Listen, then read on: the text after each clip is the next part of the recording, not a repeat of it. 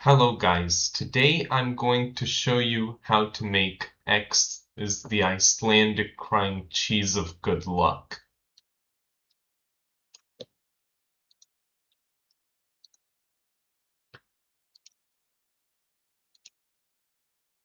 First off, you're gonna start with a Windows Movie Maker red hue.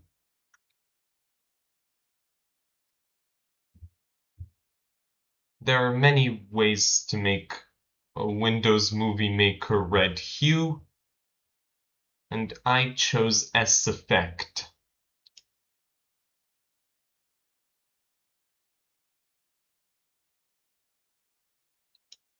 Then apply HSL Adjust with Add to Hue 0.578.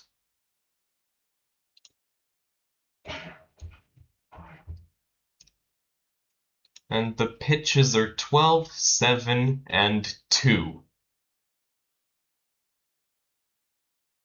That's it for the tutorial, and goodbye.